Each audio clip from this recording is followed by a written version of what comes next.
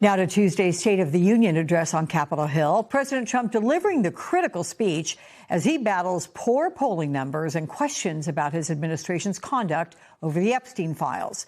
Several survivors of abuse by Epstein are set to attend the speech as guests of lawmakers. Democrats in the lead up to Tuesday emphasizing accountability needs to come. Those documents will ultimately be released, and there will be accountability, not just for anyone named in those documents, but also those who have been involved in preventing those documents from coming to light as the law requires. It's multiple administrations, and that's a big part of our investigation. It's not just about the crimes that were committed. It's about the cover-up. It's about the lack of accountability on the part of law enforcement and members of Congress even at times, and different administrations. Let's bring in one of the survivors who will be in attendance Tuesday, our friend Danielle Bensky. Danielle, it's good to see you, but I'm curious what it means to you and other survivors to be in attendance for this profound, big speech. What does it mean for accountability, too? Yeah, well, thank you for having me. I mean, Survivor's messaging has always been very, very clear from the very get-go of this, that we expect transparency. We expect all of the files to be released. And I think, we just really want to make a strong stance that tells the world we're not backing down, we're not going away until all of the files have been released and there are investigations underway. And we see some accountability here.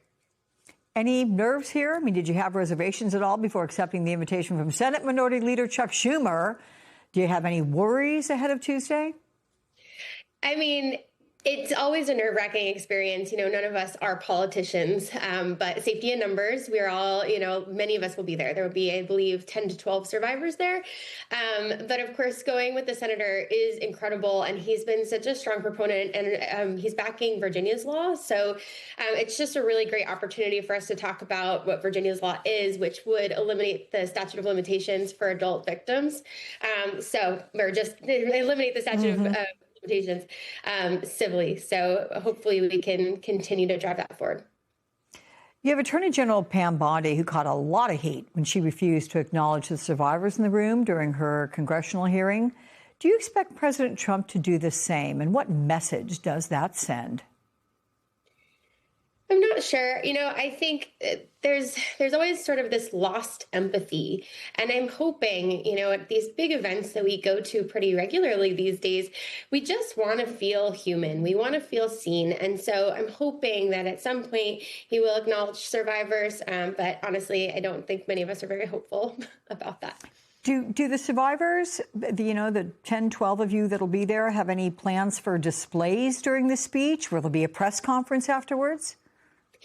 All that's being worked out. I'm not sure exactly. I think we're pretty much moving with different reps and different senators throughout the day. So I will be with Senator Schumer for quite a bit of time. And I believe that the Democratic Women's Caucus is doing something in the morning. So we'll be floating around quite a bit in D.C. And just have our feet on the ground. Yeah.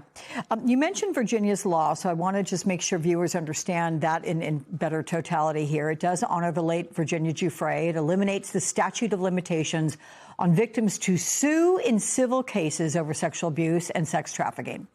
How important, Danielle, is it for this bill to become law, or at least to get Congress members on the record relative to it? It's so incredibly crucial because, there shouldn't be a time limit on justice. I know so many victims, myself included, who are still coming to terms with abuse so many years later. I mean, at this point, I'm close to 40, and I feel like I'm just now wrapping my head around everything that happened to me. So this would really allow people to actually digest what happens to them and then go to the law and be able to tell their story more completely. This is a very, very crucial bill. Let's talk about last week what happened with Les Wexner. He appeared before Congress this week, former President Bill Clinton, former Secretary of State Hillary Clinton. They'll be sitting for depositions on their knowledge of Epstein's activities.